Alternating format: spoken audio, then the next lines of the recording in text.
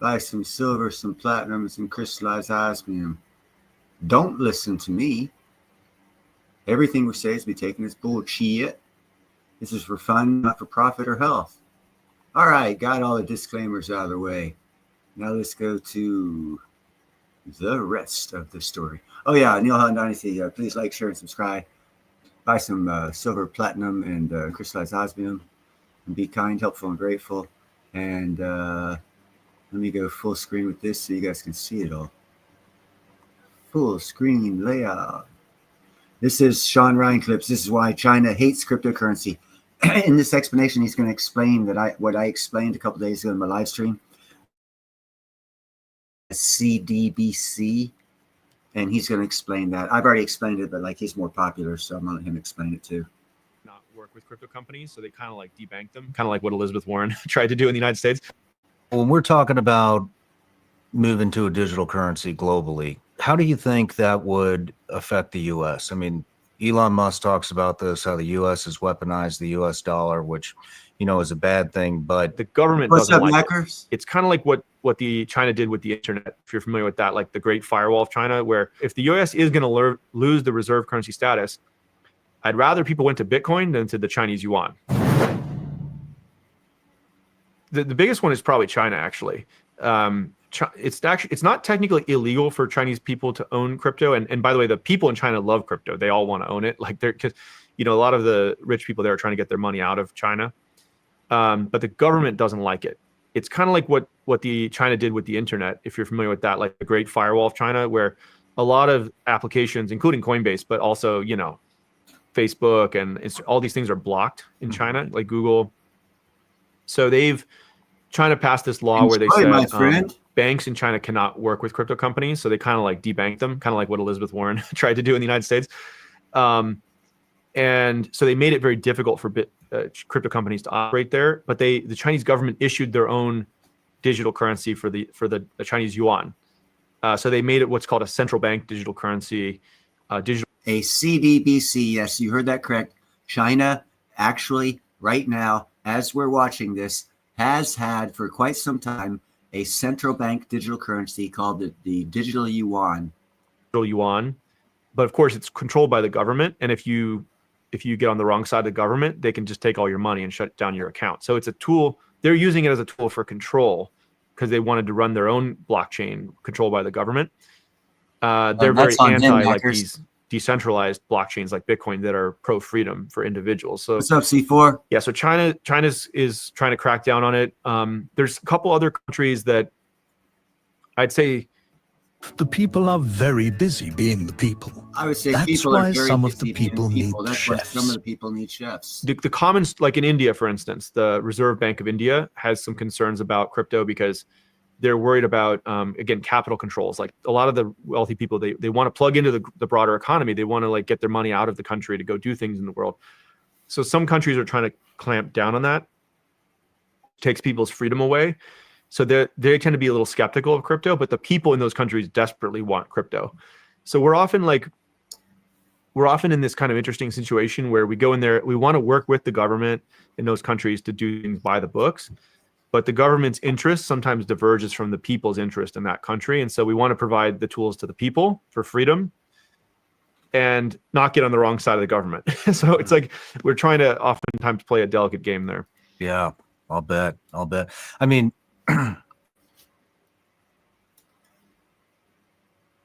long pause. When we're talking about people exchanging, basically using crypto as a currency, how do they? I mean, the big thing for me is the volatility and all of it. You see these massive up and down. Do you think this will or will it? Do you think it will level off? Yeah, so Bitcoin has gotten less volatile over the last 10 years because there's just more and more people who own it now. And I think what's up, JM? As you get like bigger pools of capital in the world, like big institutions and rich people all over the world and just everybody really, like as we get to having, there's maybe 500 million people who've used crypto today. I think as we get to like 5 billion or even a couple billion, it'll get less volatile, but it'll still be going up over time because more and more people will be coming in. But you won't see like these 100% wild swings up and down. But this is why a lot of people are using Bitcoin more like a store of value, and then the as a currency, like a medium of exchange, they're using things like USD coin, or things which are less volatile. Sweet. So again, it's like crypto kind of has, if you're going to update the entire financial system, you kind of need to reinvent everything. You need like a digital gold, you need a digital dollar, you need digital stocks, you need digital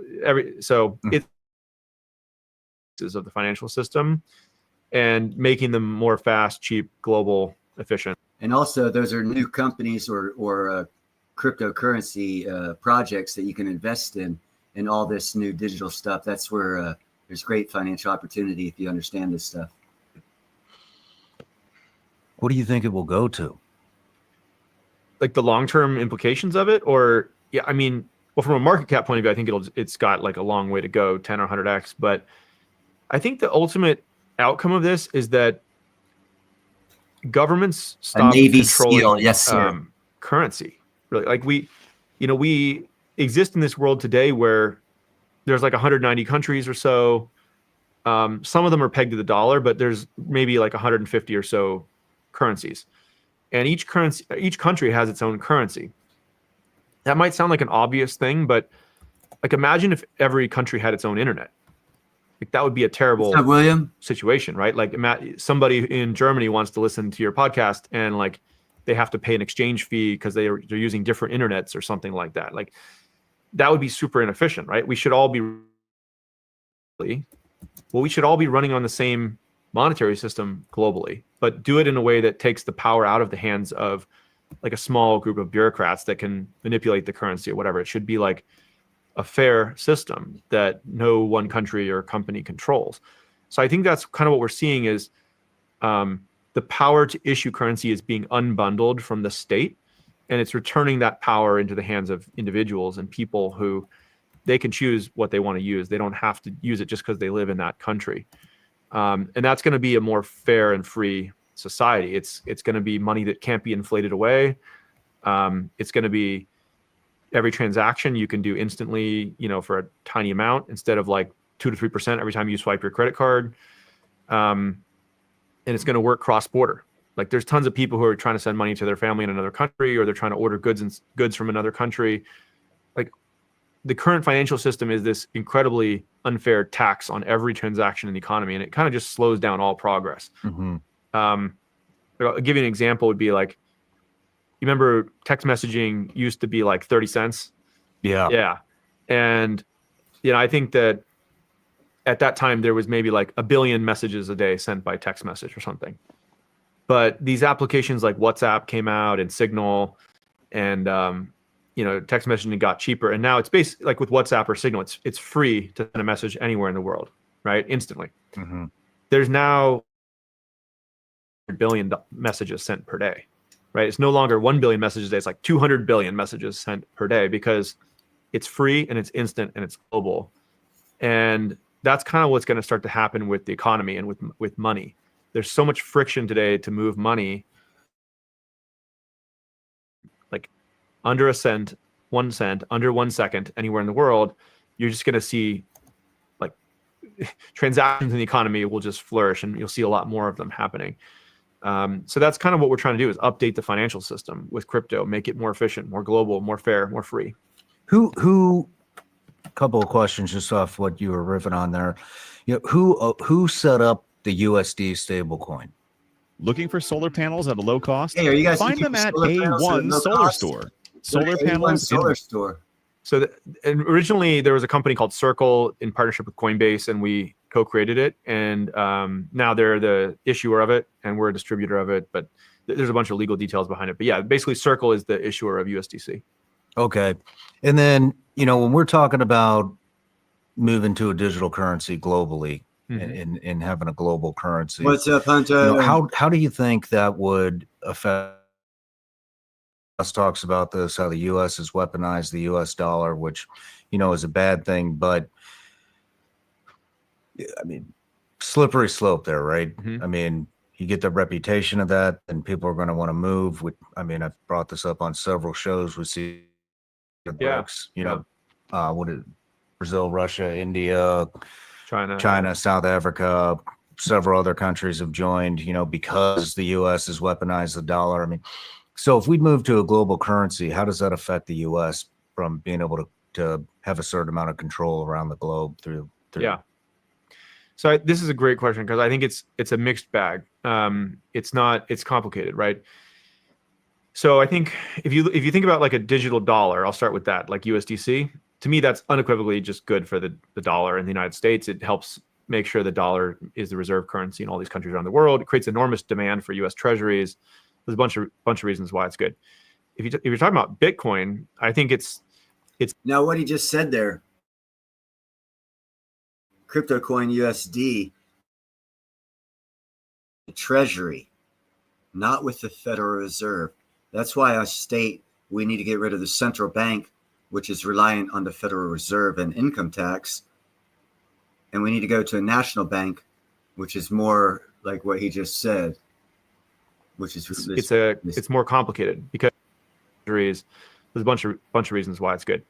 If you're talking about Bitcoin, I think it's more complicated because if the dollar maintains discipline, then it'll continue to be the reserve currency. If the dollar loses discipline, like we talked about earlier, people start printing a ton of it, like the Federal Reserve, or there's these huge budget deficits just to pay things back, and they sort of devalue the dollar, people will flee the dollar and they'll go to Bitcoin. And in that case, the United States could lose the reserve currency status.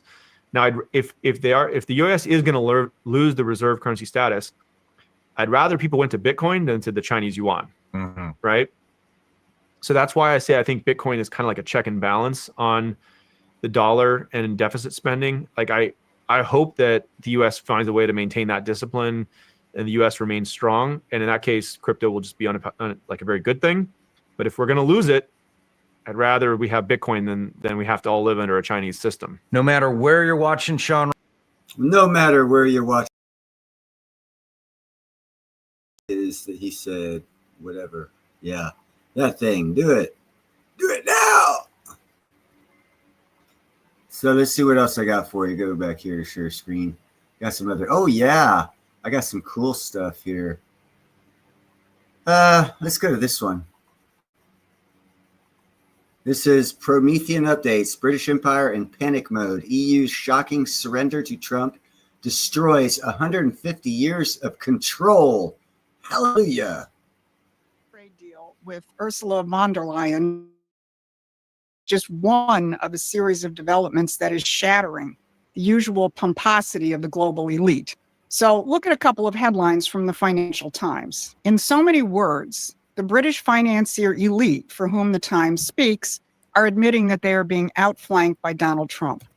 Now, you wouldn't really know that, or more importantly, understand why it is happening if you're trapped in the world of labels, conservatives versus progressives, capitalists versus socialists, or any of the other meaningless constructs that have been created in the last 150 years by the British Empire. Because those ideologies have nothing to do with the real world or real history.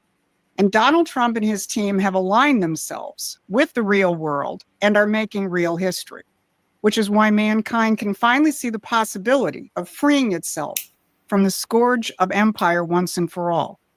But for this to succeed, we need more of you to shake free of the narratives and the noise that keep you patriots.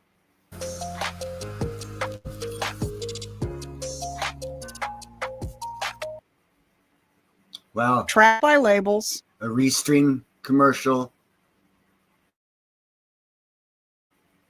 Ballsy. Or distracted by the latest headlines. Promethean Action's video updates, posts, and classes will lift you above the fog and give you the strategic. Speaking of fog, we interrupt this broadcast for an emergency alert. It is 4:20 time. Take a hit.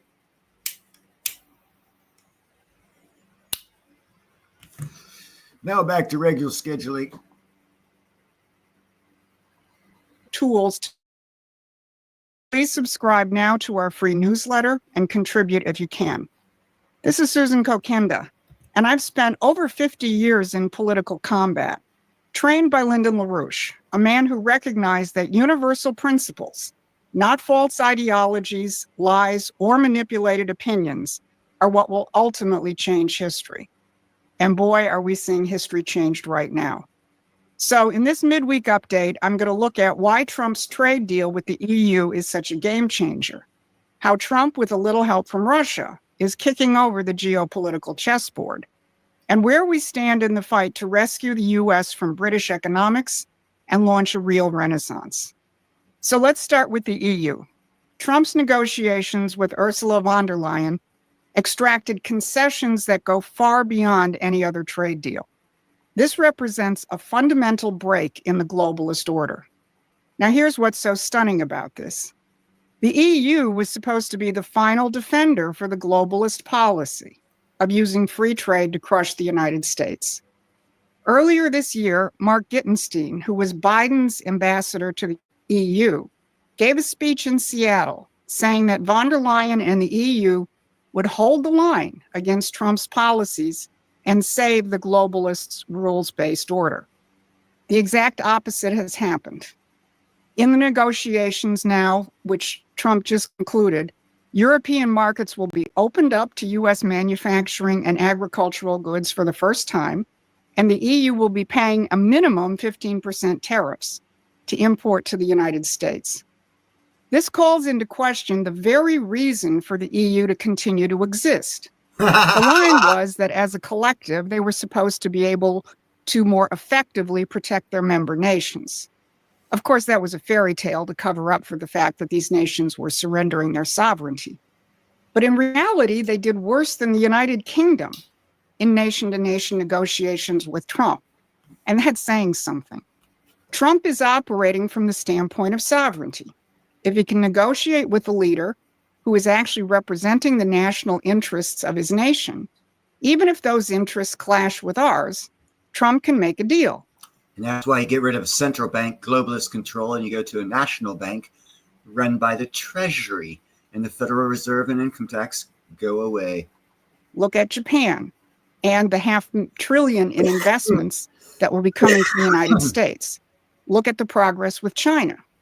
When you negotiate nation to nation, based on mutual benefit and respect for sovereignty, you get actual results.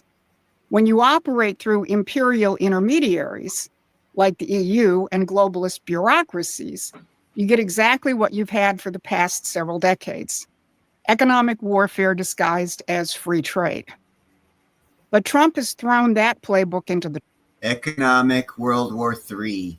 How many times have you heard me say it? We're in economic World War III. trash, and the EU crumbled.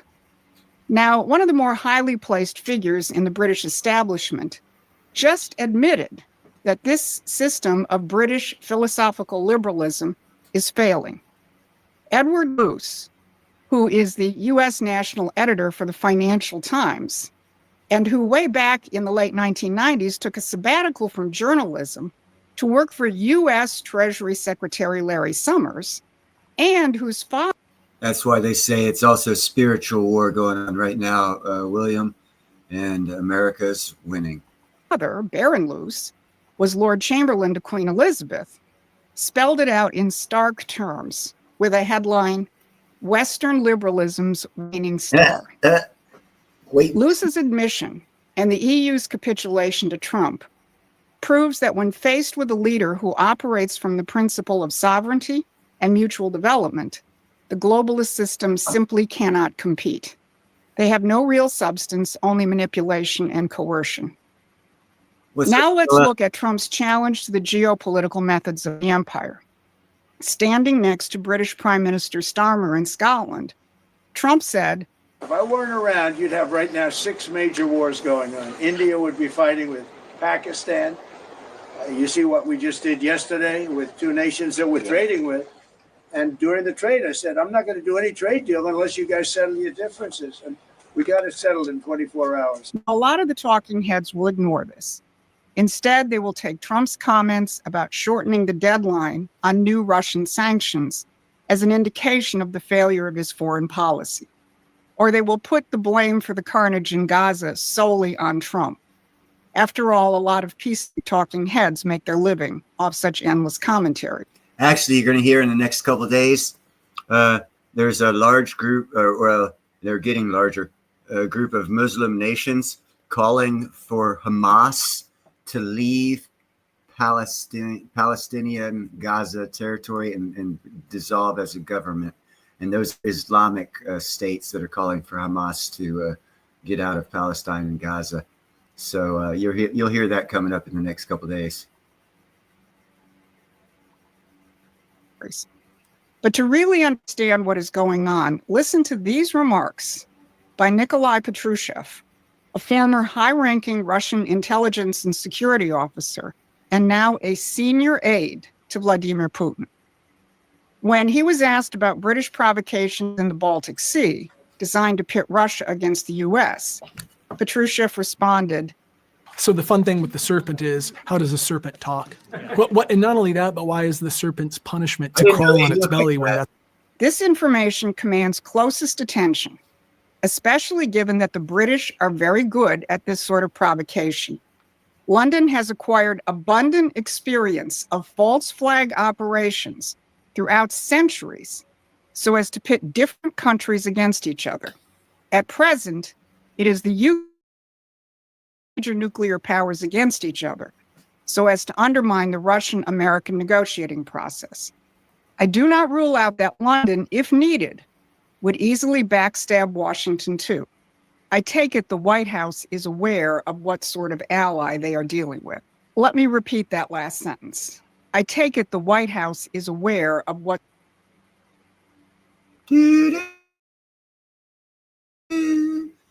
sort of ally they are dealing with.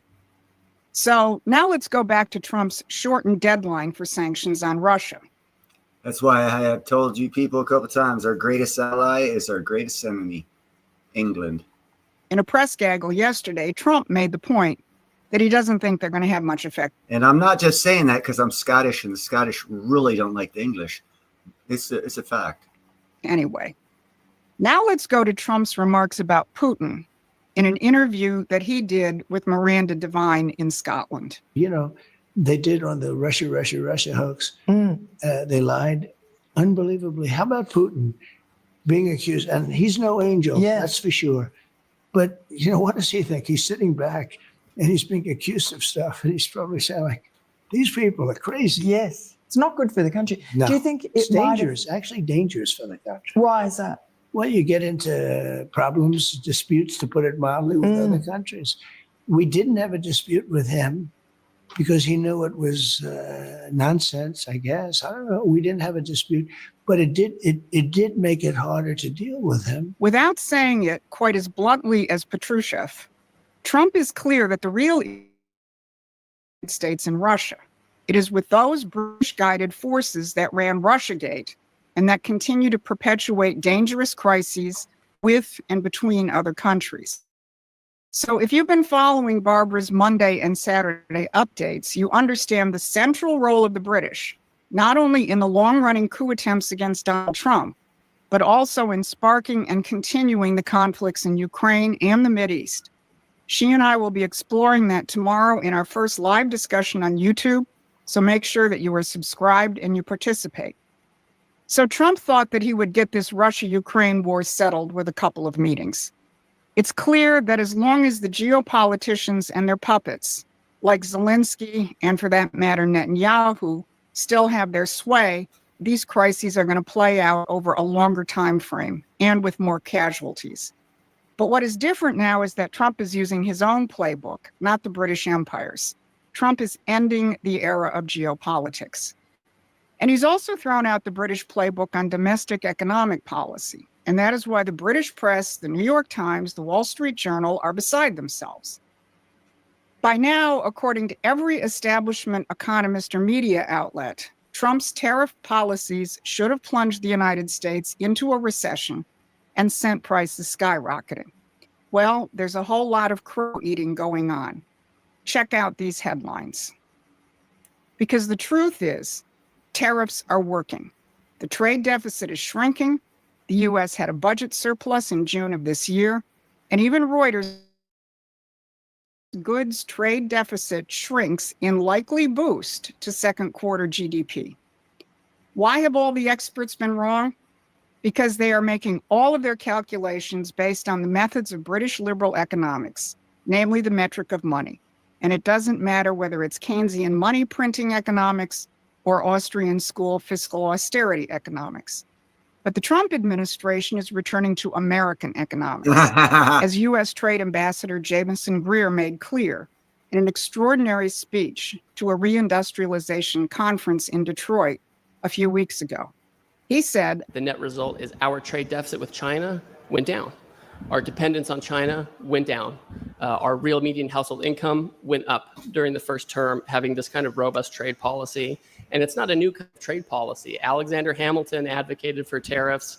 Henry focused on a protective tariff. This is something that has been part of American fabric for a long time. It's really the past 25 or 30 years that have been the exception rather than the rule.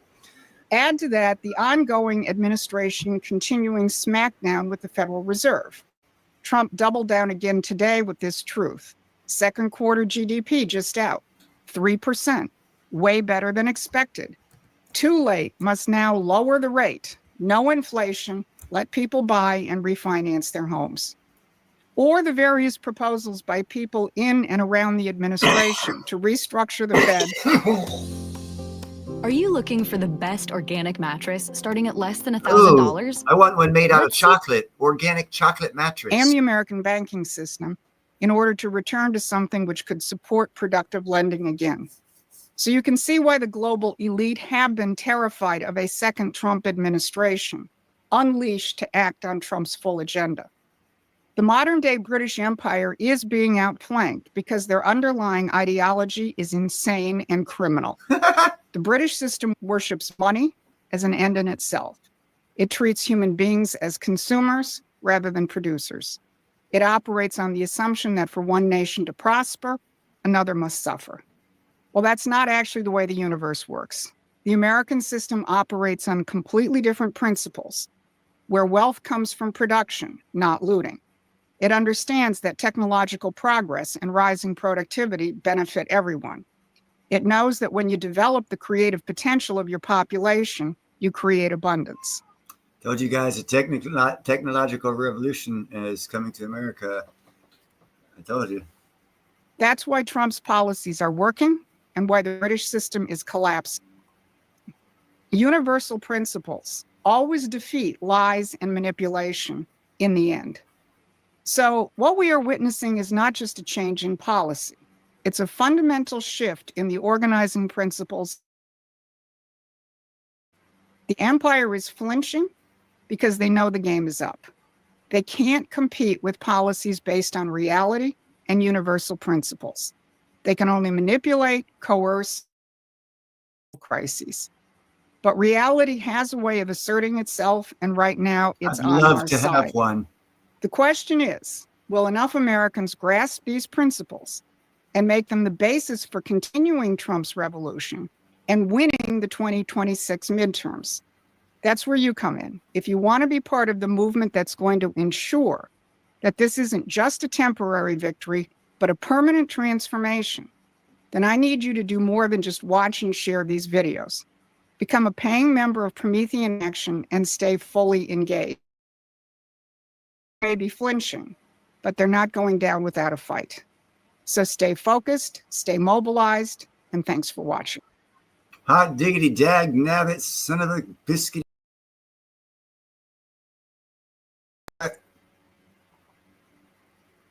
So what do you guys think about that? Kind of cool, huh?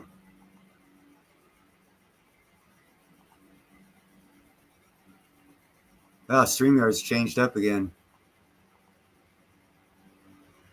Which food do we like the best? That right there is goose. And of course, bacon, cheeseburger, pizza, and bacon. Right about now, I'm thinking actually some goose.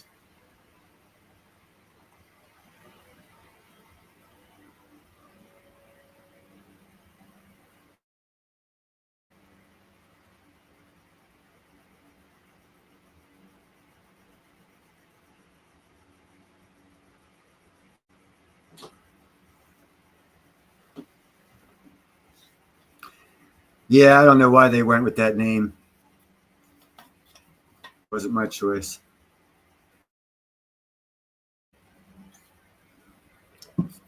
Was not my choice.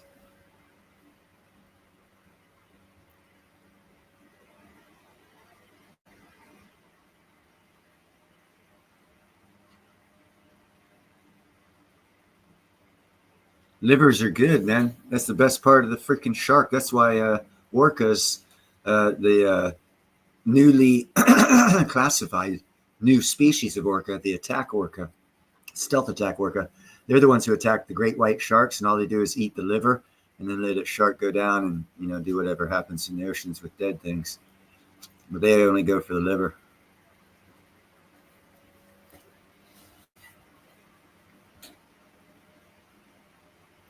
So what subject do you guys want to talk about? Or do you want me to throw up another video about another subject? All right, that's it. My choice.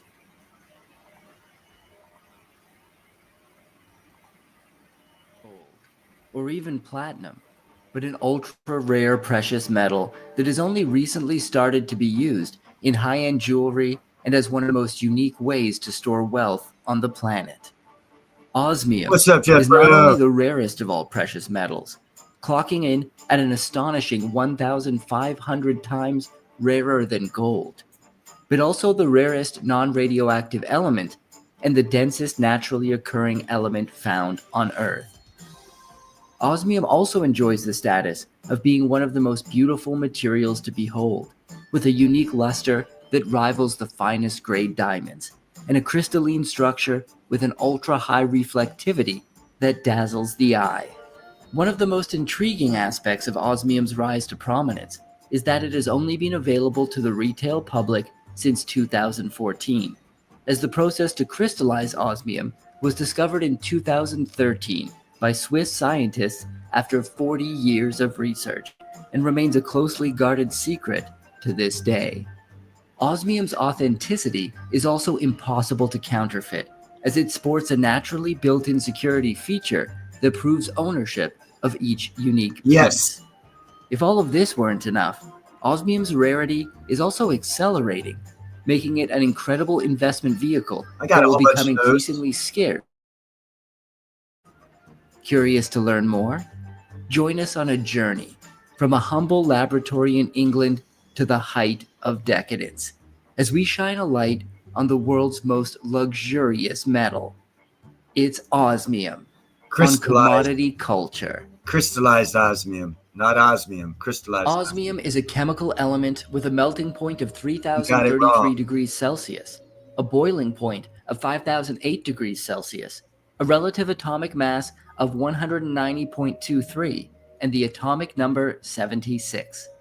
It is a steel blue transition metal belonging to the platinum group metals, sharing that distinction with platinum, palladium, ruthenium, rhodium, and iridium. Osmium is mined alongside platinum. To give you an idea just how rare osmium is, for every 10,000 tons of platinum ore mined, approximately 30 grams of osmium can be extracted. Wow. In addition to its rarity and incredible density, osmium also has the highest abrasion resistance and pressure resistance of any element on the periodic table. Although osmium previously found some limited use in light bulbs, fountain pen tips, instrument pivots, and electrical contacts in its early days, its exceptional rarity made it expensive and difficult to procure, and so it fell out of favor as an industrial commodity rather quickly. This same rarity is now osmium's main strength, as its value is becoming realized in the tangible asset and jewelry markets. To allow for it to be viable in non-industrial applications, a group of Swiss scientists spent 4 decades perfecting a method of crystallization that renders raw osmium into a beautiful material surpassing the finest stones available. Crystallized osmium sparkle makes its only natural rival, diamonds, pale in comparison. With the ability to perfectly reflect parallel sunlight, osmium shines more brilliantly than the highest grade diamonds. In addition, osmium doesn't refract light, ensuring that the light it emits retains its full intensity. This remarkable property, combined with osmium's ability to be cut with precision, allows for the creation of stunningly flawless jewelry designs. Don't need to. It's on a computer computer system. Each one of these pieces is registered, and if it's stolen, all you got to do is scan the jewelry, the osmium. It's the crystallized piece of osmium itself. With the go to the Osmium Institute, take your picture, and they will tell you what piece of osmium it is and who owns it. Did shapes to smooth, soft contours. More and more jewelers are starting to work with and add it to their luxury pieces because of its dazzling visual characteristics, scarcity, and consumer demand from people who value owning a one-of-a-kind piece of art with intrinsic value that also makes it a unique store of wealth. For those looking to purchase pure crystallized osmium as a tangible asset that could rise in value. Just want to let you know, if you guys want to buy some, you can go through me. I charge like 25% extra just because I'm a greedy bastard. Or you can go to Ian from Arc Silver. He sells it here in America, and you don't have to pay the 20% VAT tax if you go to the Osmium Institute in Germany. Over time, osmium is crafted into squares, bars, and discs for investment purposes, all with the same incredible sparkle that make it ideal for jewelry. My Every end's single showing good piece of video feed crystallized right now. osmium It was is showing a registered in little the World Osmium lower Database, feed, which is connected about to a 2 minutes corresponding ago, but QR that's code one way. in the hands of the customer to stop counterfeiting and prove ownership. This adds a built-in layer of security and authenticity See what that she's makes doing right there, osmium taking a like picture of no it? other precious metal available on the market today. Adding to all of this, the world's supply of crude osmium is being exhausted right now, as you're listening to me speak. The Americans call this impending event the Osmium Big Bang. This realization could lead the market to revalue osmium at a much higher price. Osmium will then hold the unique distinction of being the first precious metal to run out completely, due to the fact that only a certain amount will be crystallized from here on out. Did I tell you I have a lot of those little squares she's dropping right now? I have a whole bunch of those fuckers. With so much value packed into Oh, no, such a those are small the amount of stars, material, not squares. osmium is also extremely efficient to transport and store, making it ideal for those seeking discretion in their tangible asset investments. It is the most cryptocurrency. One of the things that makes the osmium market stand apart from other metals is the 3 distinct stages expected to evolve for osmium as extremely scarce supply collides with ever-growing demand. Crystallized osmium is one step away from being a crypto precious metal with its built-in safety and security features and identification features. It's actually more secure than cryptocurrency because you can't hack it. The first stage of the market is the raw osmium phase. This involves osmium being mined and processed from a handful of locations around the world. The Osmium World Council estimated years ago that there are only around 22 tons or 1 cubic meter of osmium currently below ground in raw form. That's right. Nowadays, it is nearly impossible to buy ethically sourced raw osmium. On top of this lack of supply, deposits mined in a way that minimizes environmental damage are even more rare. Osmium is found in South Africa, North and South America, Japan, Borneo, Australia, and in the Urals in Russia. Given the current geopolitical environment, Russian supply is largely considered off limits by the industry at large. At the moment, we have reached the end game when it comes to the raw osmium phase. Mineable reserves are almost depleted, and availability of raw processing and eventual crystallization is becoming harder to come by. The event that starts the second stage of the market is the Osmium Big Bang. With only 300 kilograms of ethically sourced raw osmium currently above ground, the decision has been made to not crystallize anymore. Because the crystallization process was discovered over the course of 4 decades by a small group of scientists who are sworn to secrecy, the chances of very low indeed. When we also consider that customers are demanding ethically sourced material of the highest quality, and all of this is trackable via the osmium database, the layers of complexity in replicating the current osmium market and finding new customers is extraordinarily high. The final stage of the market relates strongly to osmium's growing use in jewelry and is known as the osmium thin-out. As the available crystalline osmium is formed into rings, necklaces, and more for the jewelry market, and discs, stars, and bars for the investment market, the osmium economy will be allowed to flow naturally, and as products are sold, there will no longer be any additional pieces to replace existing stocks and meet rising demand. That means the price is going to go As up. the years and decades advance, osmium will become more and more scarce and difficult to obtain, similar to a specific wine vintage that can never be replicated beyond its initial release. What will this do to the prices?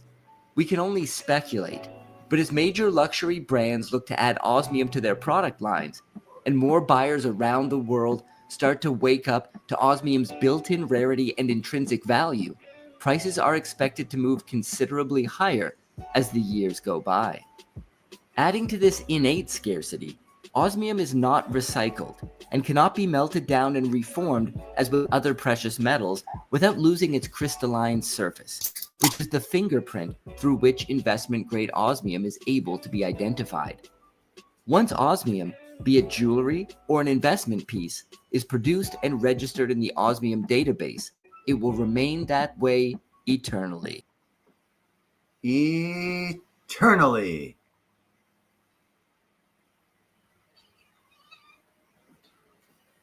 That was Spot, by the way, going with the running meow.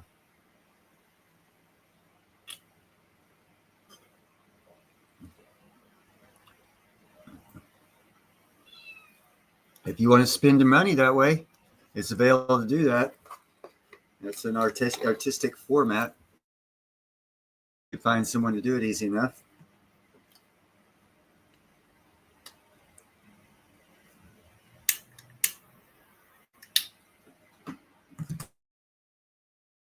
So, anything you guys want to talk about? I threw up pretty decent, three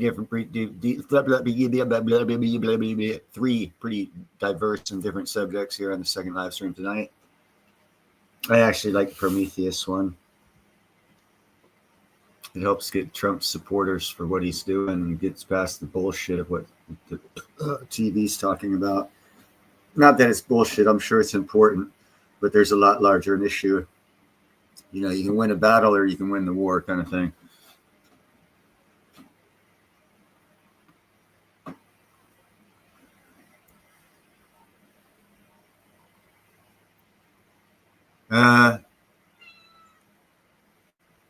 Yes, you can. Not that the osmium curves, but if you buy it small enough pieces, it's flat, so you can make a round with it. If the round is large enough, the flat pieces that are small enough will make it look round when you assemble them all.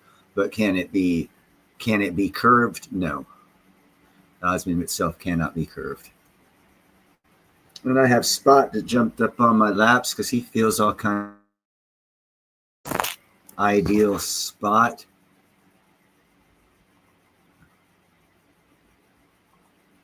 Where is it? Dagnabbit. He grabbed ideal top end real estate. He just thought, quiet, I'm talking. He just jumped right up on there and said, this is my spot, Dad. I'm quiet. That's another one.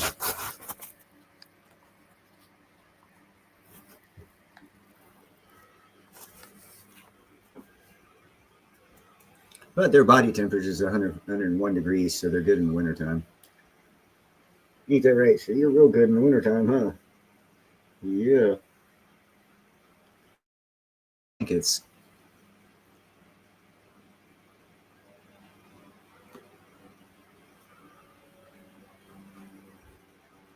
any other subjects, gentlemen and ladies? Anyone want to hop up on stage? You got something to say? You got something to say? Like Def Leppard? Oh, yeah. Got something to say? It's better to burn out and fade away.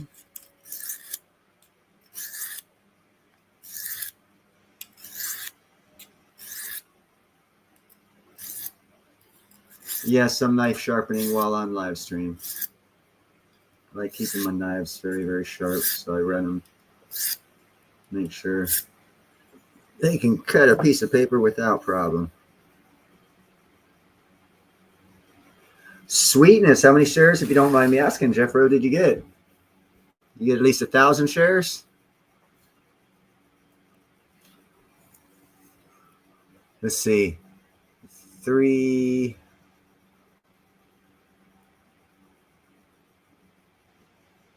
So you can get like 35 for $1, 350, 3,500 for $100, I think.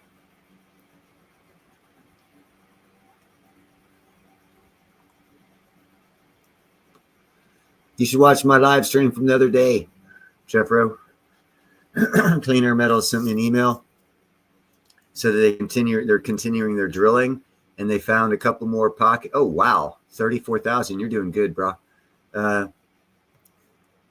They got some new drill results in areas of exploration that they had not done the drill results in, and they found more high-grade platinum. So there's more than 1.3 million ounces in that mine, or 2.3 million, excuse me. They're probably going to end up with about 5 to 7 million ounces of platinum out of that mine. So right now it's at 2.3 is what they've drilled. But they're continuing to drill, like I said, so that number will go up. And I got confirmation that the owners are going to take the prospecting to a mining operation. They're not going to let anyone else mine that platinum. I am not a financial advisor. I do not give financial advice. What I can say, William, is there is a trajectory of charts that you can follow to get an estimate on your own. And you got to speed up the charts or go fast forward in them. If you look at Impala and Anglo Americana, the number 1 and 2 largest platinum miners in South Africa, back 40 years ago, 30 years ago when they started, see what their stock price was and how it progressed, and put that on steroids, and that's what Clean Air Metals is going to look like. And I say put that on steroids because Angola and Impala had to drill down to get their platinum to where they're at 2,200 meters right now, getting their platinum. And so far, from all the drill results from Clean Air Metals, they don't have to go down any more than 500 meters, no, 600 to 650 meters for the whole freaking vein. It's very, very, very shallow, which makes expense and type of mining a lot different. The type of mining they're going to be doing is shallow mining, not a deep well mining. So it's a lot cheaper, more surface orientated. They're going to start off with open pit mine to get the top of the vein, and they just pretty much got to go down a little bit, then kind of sideways lateral, a little down, sideways lateral, a little more down, and then a whole bunch sideways with the new drill results they got. And it's all going to be, so I don't know,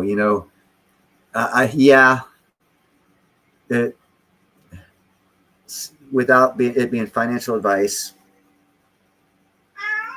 that's Gandalf, my Russian blue.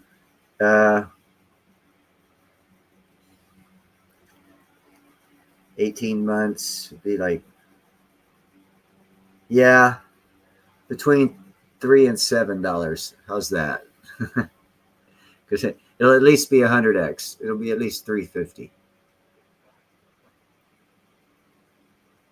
And real close to paying dividends on stocks. So when Jeff Rowe's 35,000 shares, if they start paying like 10 cents a share yearly, you're going to get $2,500 profit the first dividend year. And then after that, it's pure profit as far as dividends. That's why I like that stock, because I'm sure they're going to be paying dividends. All the platinum miners pay dividends. And then, of course, as the price goes up, don't be scared to sell. if you got 35,000, if it gets up to $5, I'd sell 5,000 of them and get that $25,000 and say, wow, man, I made $24,000 profit and I got some extra income in the form of dividends. You know, it'd be a great win for anyone who gets $1,000 worth of that, like Jeff did. That's an awesome play, brother. It's a future income, future security. It's a good play. In my opinion, it's not financial advice. It's not financial advice. It's not to be taken as financial advice. I'm not a financial advisor. And I can say financial and finance 5, 7 times within a minute, and it'd all be in a sentence structure.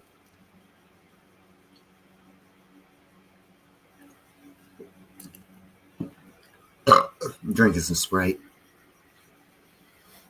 But yeah, you can make a lot more money on clean air metals than you can on physical platinum, although physical platinum will do well. And the reason why I push NNE again, OKLO is flying. Obviously, it's like $78 now, but they're still kind of in. I'm sure it's a good stock, but I can't say to do anything with it because they don't have everything together with the financing yet. Even though they've got a lot of things going, I'd still of OKLO and NNE. I could only say NNE. It's a little cheaper, still going up, but they got a more sound business model for long-term sustainability. But OKLO is going up.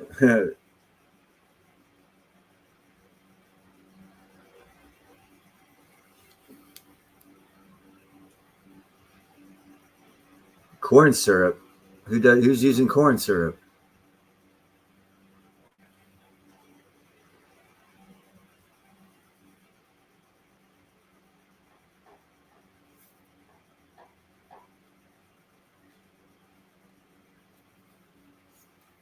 Glucosamine corn syrup is not. Oh, yeah.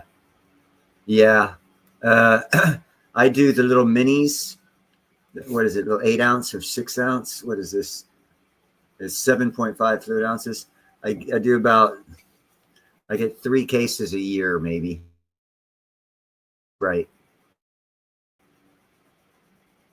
I don't always do. I'd rather do milk or tea, but every now and then I splurge and drink poison because damn, it tastes good. Just like I do chocolate every now and then, Hershey's Kisses. I'll get a fucking 5-7 pound bag of Hershey's Kisses and just down them in a week.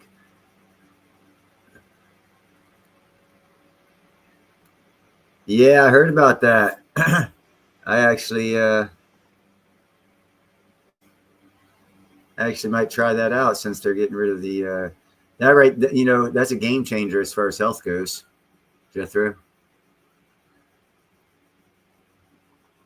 I don't like carbonation without the flavor, so the club soda is out for me.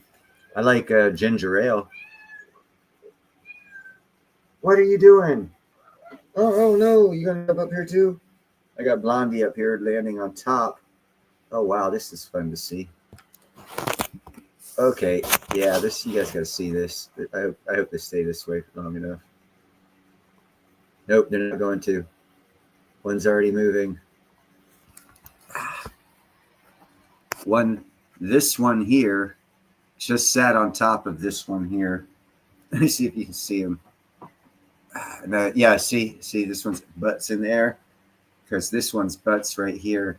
Even though this is the head, this is the butt, this is the head, this is the butt. He's like totally on top. He just sat right on top of his brother because he wants to be on my lap. He's like, I don't care if you're there. I'm gonna sit on top of you, fool.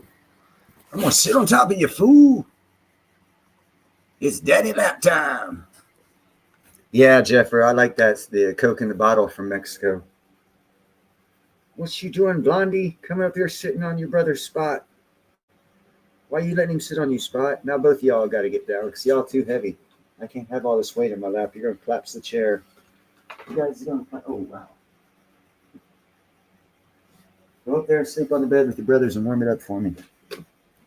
Like an electric blanket.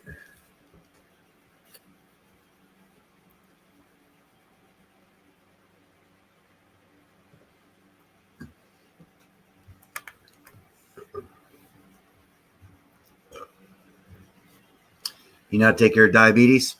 Walk. They found the health effects of walking last for 24 to 48 hours after you stop walking. So if you never stop walking, you always get healthier and healthier and healthier and healthier and healthier. Takes care of a lot of your health problems.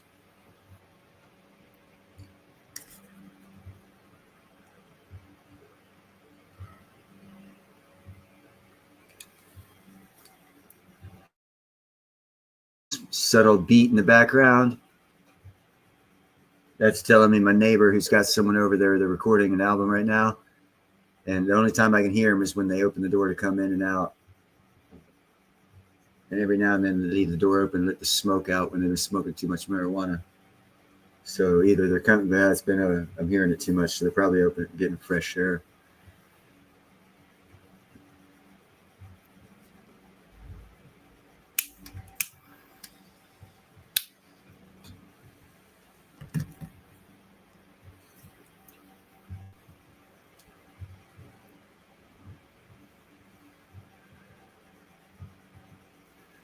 Right on. Cutting grass, man. You get that good smell, that good ozone smell. Or fresh cut grass smell, which actually is kind of ozone-y smelling.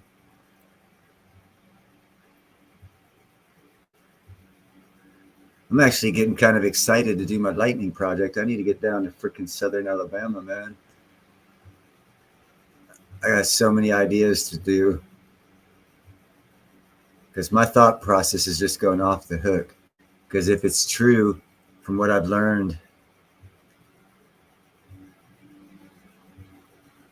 ooh, yeah, ticks. Ooh, yeah, fuck ticks. From what I learned about that lightning strike in Florida, from that lightning strike that created a certain type of fulgurite that was a mineral that's only created in space, and it was the first time ever created on Earth. This happened like a month to 5-6 weeks ago. From my understanding of the research I've done on that, which is very minimal, basically it went through the tree and there was a lot of rust on the tree root, and the lightning bolt jumped out of the tree root through the rust and then caused the fulgurite, or the dirt around the tree root, to make it fulgurite. But because the rust was there, it caused, and the heat and whatnot, it somehow made a phosphorescence mineral that's only created in space, and it's the first time it was created on Earth. And I can replicate that. And it's not only with rust. I was thinking, why don't I put and just cut a piece of wood and stick it in my lightning box and throw rust on top of it and stick some rocks up underneath it. And that's a replication of every example I've heard of what happened in Florida to make that phosphorescent mineral. And then I started thinking, well, why stop with rust? Why not try one with copper dust and then silver dust and then, steel, shavings, and see what else comes of it. No, that's too expensive. It blasts, man. The heat, it would vaporize. It would totally vaporize it, and there's no guarantee you'd get your money out of it. Yeah, I ain't gonna do that. I will try and make new shit though, like stick different types of rock, stick quartz in there, different types of rock, see what happens. If nothing else, it'll be one-offs of rocks struck by lightning.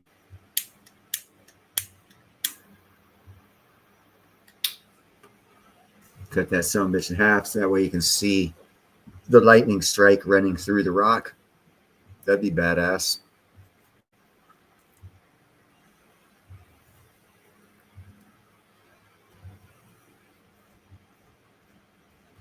I am going to use, I do want to use silver. I want to stick a couple silver coins in this lightning box I'm going to create, because I want to see, even though I know they're going to get vaporized, I want to see, because it's going to be encapsulated in a liquidy sand. So when the lightning of immense heat and voltage vaporizes that silver, the instantaneous steam and vapor that's caused from the heat of the lightning hitting that silver will cause that silver to go out and become fulgurite. So it should look quite unique because I know for a fact they've never hit silver. They've never found fulgurite that ran through silver. So that I'm real interested in seeing what that would look like. What's up, Mike? Hey, Mike, man, did you hear about Florida getting the freaking ferry boat builds from Washington?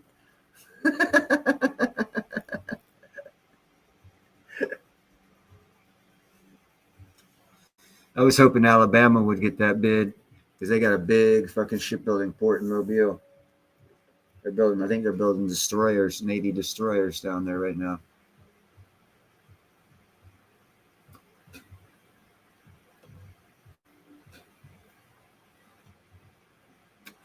Actually, I could get a picture. There's actually a new yacht, steel hulled expedition yacht builder in Mobile, Alabama. Opened up a couple years ago.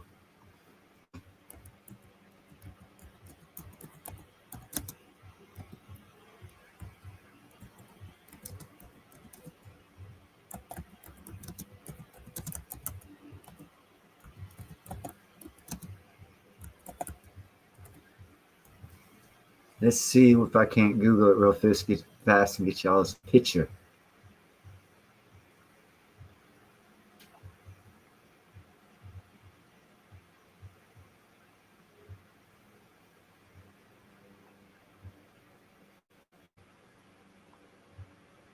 Nope, can't find one yet.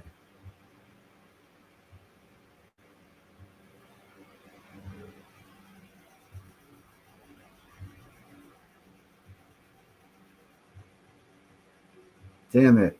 It was on Naughty Styles. Yeah, it sucks. I can't find it. It was pretty cool looking expedition yacht. It was built in Mobile, Alabama, built in America. Most of them are not built in America. Some are, but not a lot. But there's new.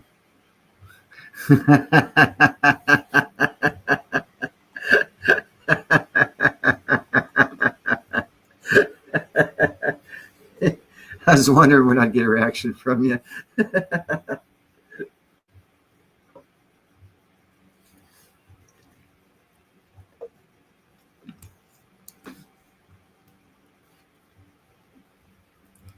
Yeah, I can't get a picture of it right now. Let me see. I can probably go to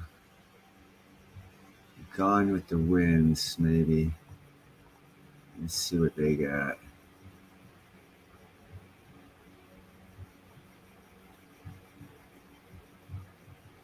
It's been a while since I've seen them, so I don't know where it's at in my history. Let's see what we got here. There it is. I might be able to find this yacht for y'all. Videos.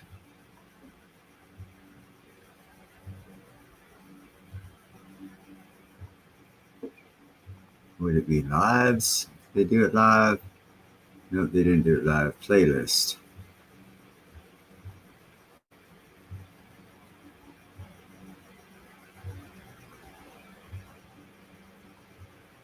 Man, you figured they would feature that.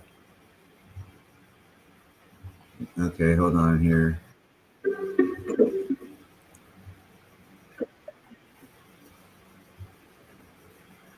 Nope, that was not it.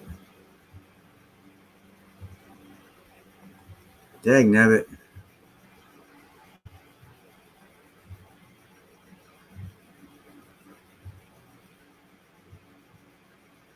Oh well, guys, I can't show it to you. Sorry. Thought I could find it, but I can't find it. It's pretty badass visually looking. It doesn't fit what you would expect it when you think of an expedition yacht. It looks more futuristic, not really, but more futuristic than in any of the others that they're building right now.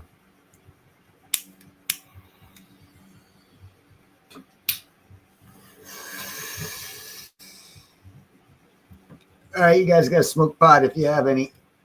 That's the rules. We're taking an intermission for smoking.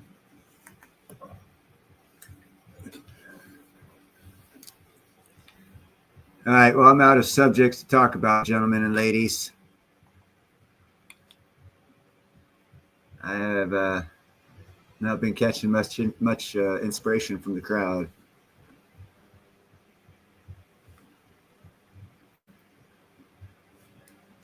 And what it's still hump day, isn't it? Yep.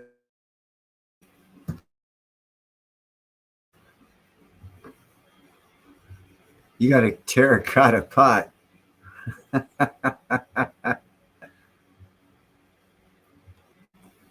Is that like a Aztecian seed or an Inca seed?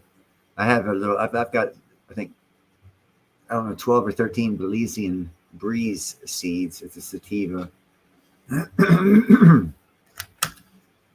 Jethro, I am on my second bowl since I started this live stream.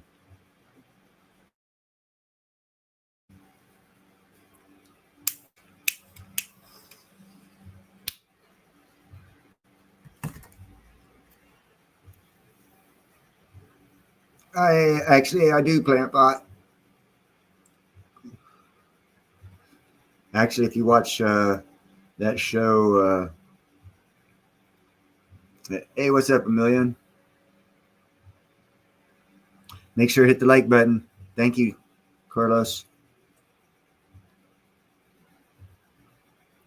Start doing cooking videos. You'll get 1 million subscribers within a year.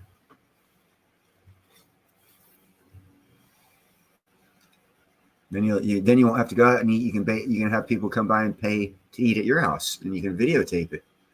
Double your money.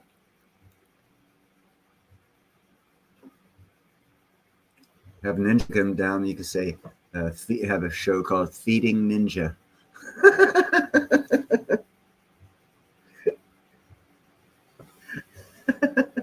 I crack myself up sometimes.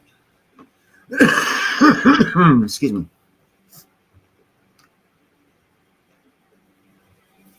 Thank you very much, my friend. Very appreciated.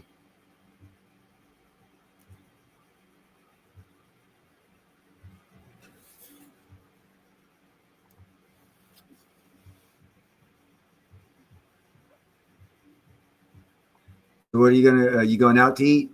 Restaurant?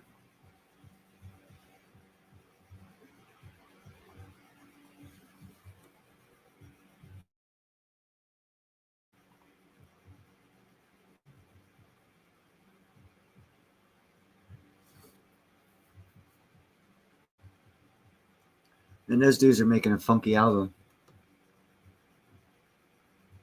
You guys probably can't hear it, but I can hear it. It's kind of futuristic, weird sounding. New music. C4, don't worry about it, man. I'm smoking enough for both of us, brother. I'm virtually smoking for you. Nah, I'll only virtually smoke marijuana for you. You smoke your own cigarettes.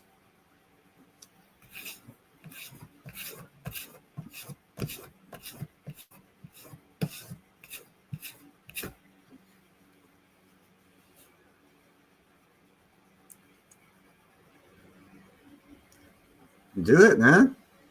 Whatever that is, Nochi.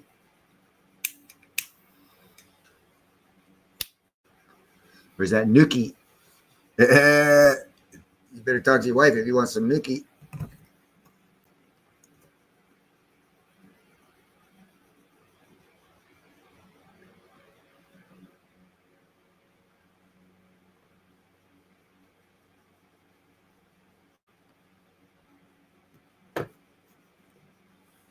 All right, people, I'm going to end this live stream. Thank you very much for stopping by. Definitely look at the Promethean project. It's worth it. It really is. And I hope you guys have a great week ahead. I'll probably throw in another live stream, random one.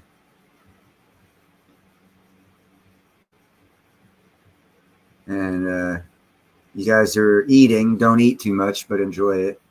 And have a great evening.